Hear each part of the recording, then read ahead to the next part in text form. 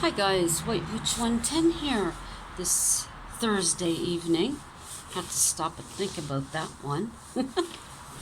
I'm back out on the balcony. It's not too bad this evening. A few clouds in the sky. That's about all. There we go.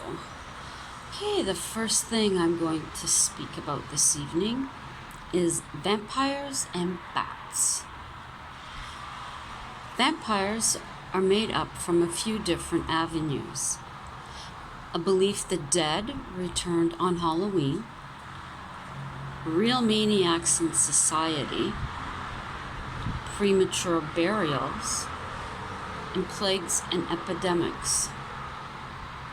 Western nations believed blood combing with the moonlight, called the dead to life. Men of the church believe women exposing their body to moonlight would conceive a vampire. In the Middle Ages, the church taught vampires walk under the light of the moon, and vampires were blamed for all the wrongdoings and were said to live in the mountains. In Germany, they would be buried with food, and the belief that this would stave off the hunger. If they didn't, then they would rise in the form of a pig. They were also said to be passive in life. Now we all know that there is one bat that does drink blood, and it's known as a vampire bat. Now werewolves. The myths go from the Celtic to the German, and it was believed that if a person wore a wolf pelt, that they would transform into its spirit. Werewolf was to mean outlaw. The Saxon word for gallows actually means wolf tree. In a medieval tale, it was dangerous to be said to be a werewolf. Historic records show several men and women were made to confess they shape-shifted and had a pact with the devil. It's believed that early serial killers were thought to be werewolves and vampires. Peter Stubb was a man accused of being a werewolf. His daughter and mistress were sentenced with him. The women were burned at the stake. Wolves are actually highly sociable animals and extremely intelligent beings. Some Scottish traditions actually have wolves as their totems. Now,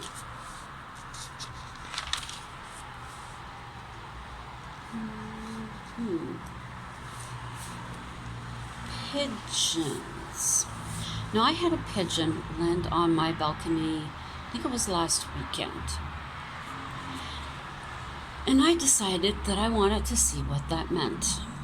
So some of the information that I got was pigeons were the first birds to be domesticated. There are over 100 different types of pigeons, and they can perform complex tricks. They can even save human lives, deliver messages, and help humans in training. One of the 6 animal species who can recognize themselves in a mirror. They will recognize a human after seeing them, even if you change your clothes. A pigeon will remember if you have been mean to them. They stand for peace, motherhood, love, transition, immense healing, the air element, and messengers of angels and deities.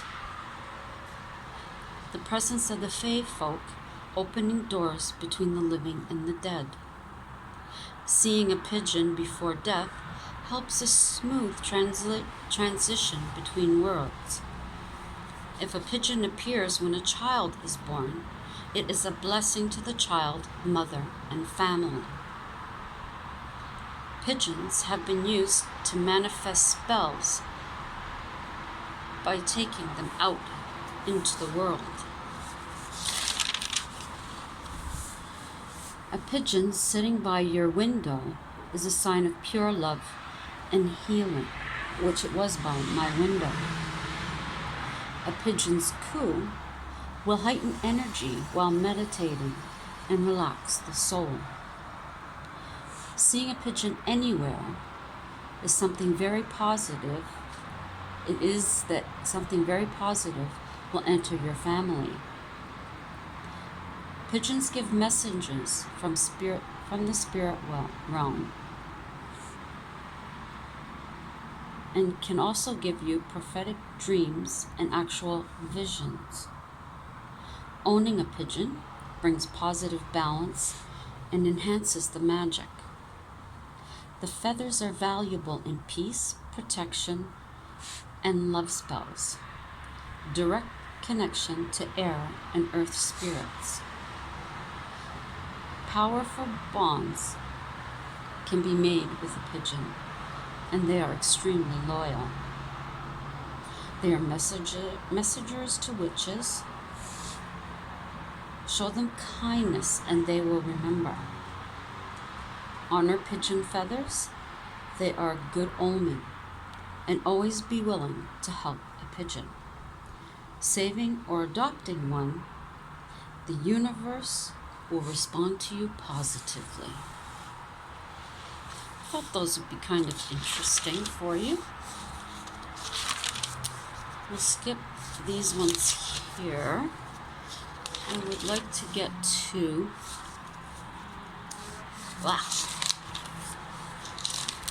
I want to get to a story for you. Okay. The story for this evening. This is regarding a woman named Anna. Anna's dog had been watching a corner in her living room for over an hour.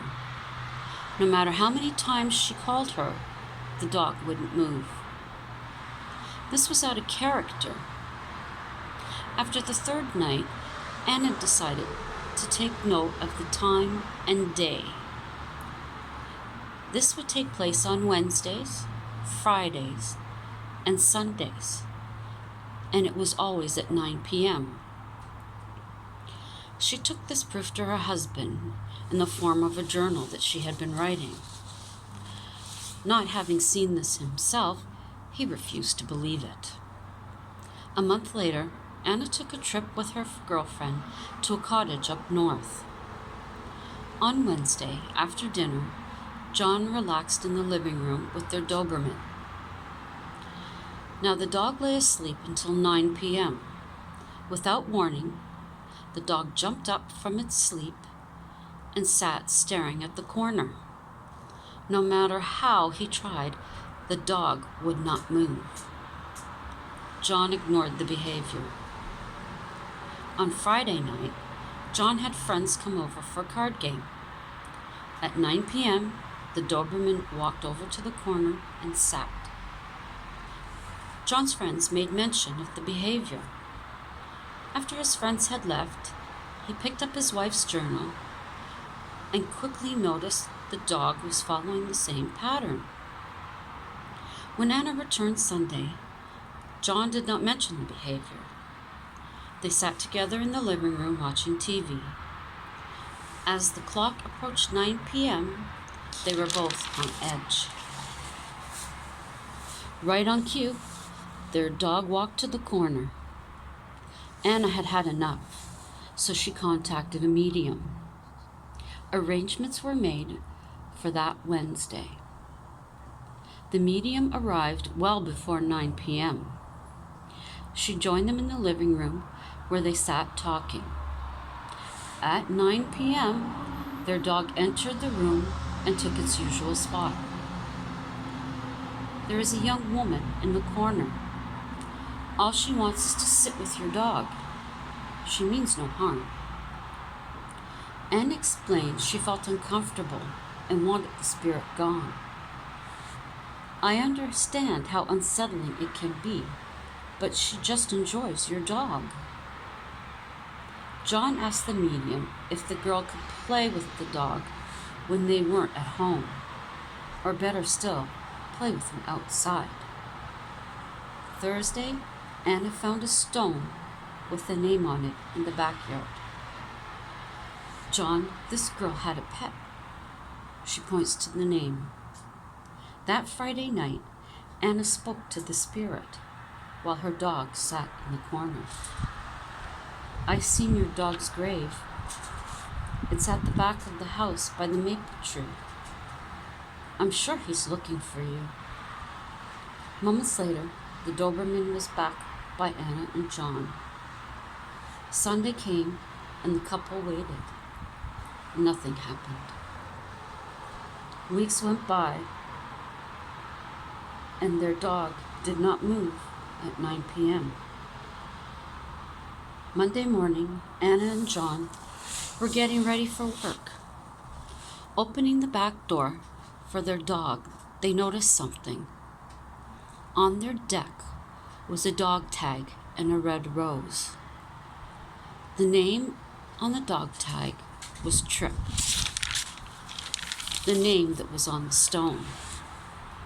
It would seem that the young spirit left them a sign of gratitude for bringing her and her dog back together. There was never another disturbance with their Doberman. It's getting a little chilly. Okay, now the building for this evening is the Elgin and Winter Garden Theatre in Toronto. It was built in 1913.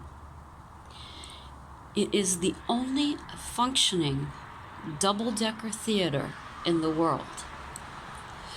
It was built for vaudeville acts such as George Burns and Gracie Allen, Milton Berle, and Edgar Bergen. In 1928, the Winter Garden Theatre was sealed shut, not to be opened until 60 years later. In 1981, the Ontario Heritage Trust purchased the theatres. Now, 4 volunteers who were assisting in the renovations brought a Ouija board one night to the Elgin Theatre space. Now, they had used it before with no responses, but this time, the spirit was ready to chat. The group inquired as to the spirit's name. The board spelt out Samuel. Now, this information has been verified. When did you die? The board said 1918. How did you die? Fell into the orchestra pit. Are there other spirits at the Elgin? Yes, there are many. Can we talk to them? No. After that last question, the board went silent. Now, there was a musician who fell into the orchestra pit, and he was a trombone player. Now, the Winter Garden, when it was opened, dust was found, of course, and there was wear and tear, and the seats were destroyed by time. The Biograph Theater in Chicago was selling seats, so they purchased them. And upon unpacking, the workers noted that one seat was a different color. Among all the red, there was a dark green. And unfortunately, I haven't been able to access the part of that information that tells me why. I don't know if I have to join a group or something, but that's all it would give me. A woman in a white dress has been seen floating above the first level grand staircase. A staff member in the gift shop seen a woman in white beside her from her peripheral vision. She called to another staff member, but this person seen nothing. Now the house manager, opening up at 4:30 a.m. for a film shoot, heard her name said from behind her while she was in the balcony. She turned to see no one there. Moving to the edge of the balcony, she found that everything was still in darkness. An usher has had the same experience when alone. There have also been reports of a woman in 1900s clothing floating out of the coat room. The original elevator will stop on level 3. Now the only way to do this is to press a button on that floor. A man in Edwardian clothing has been seen in the orchestra stall. The Lavender Lady, called this because of a perfume that lingers, has been seen by the elevators. She has also been seen on the grand staircase and in the old dressing rooms. The theater seats are known to flip up and down on their own. Now a medium came in to the theater and said that there was a female singer there. There was also a flyman who was reluctant to leave his post, operating the ropes and pulleys of the sets. There were a pair of spirits that sat in the middle box in the balcony and were very possessive about their seats. There are also crew members still there, caring for the theaters. And when the Winter Garden was sealed, the spirits enjoyed the place because they were not intruded upon. Now I wonder what they think now with it being opened. I've seen photos of the theater, and it is absolutely gorgeous. I did attend the musical Tommy in the Elgin. At the time, the Winter Garden, I don't believe, was open. Now, the second theater I'll tell you about this evening is the Royal Alexandra Theater. And I went there many years ago with my mother and one of our neighbors to see a chorus line. We were up in the balcony for that. Now, the Royal Alexandria opened in 1907. It is the oldest theater in the city and also the oldest continuously operated theater in North America. In 1962, Mr. Ed Mirvish, a very well-known gentleman in Toronto, who unfortunately has passed, he saved the theater from demolition by buying it. Now, Mr. Mirvish was more known for Honest Ed's, which was a outlet store, you could almost say, a wholesale store, down at Bathurst and Bloor in Toronto when I grew up. But unfortunately, a couple of years ago, it was demolished to make room for condos. And the saying on the outside of the building was, "Come in and get lost." And I actually did that once. Mr. Mirvish would give out turkeys before Thanksgiving, and I don't know if he did it for Christmas too. Everybody would line up on the street and X amount of people would get a turkey.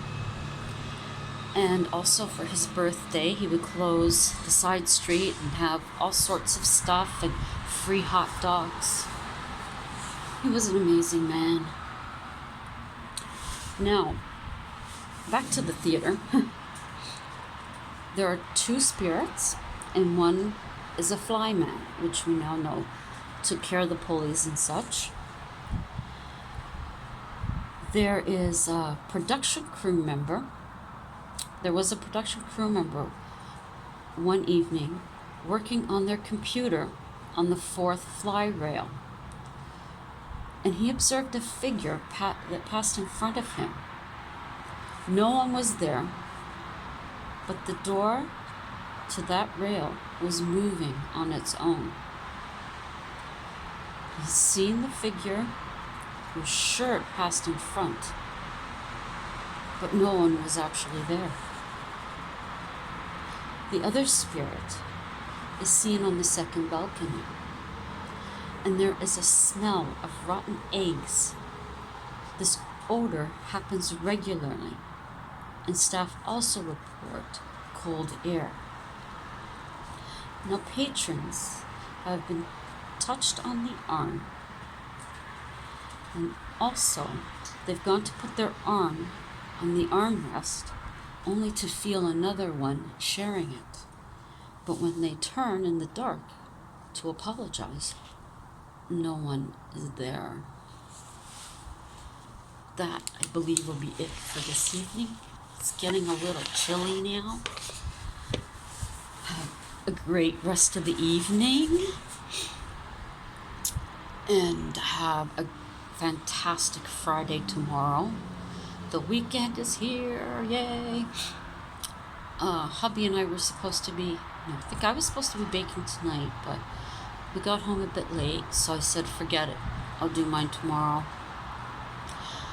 Saturday, Sunday is baking, and I will be filming him making his butter tarts. So for my American friends, you'll be able to see what deliciousness that we Canadians constantly chit-chat about. Yummers, yummers. So those of you who subscribe to me, thank you very much for joining me in another evening of historic haunts and stories and a few facts. If you're just popping in to see what's going on, I hope you've enjoyed this episode.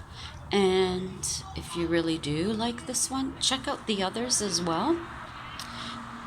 And if you're really interested, please subscribe. Hit the notification bell so you'll know when I upload. And if there are any videos that you take a fancy to, give them a thumbs up and leave me a comment. I will answer you back. So until tomorrow night, ciao for now.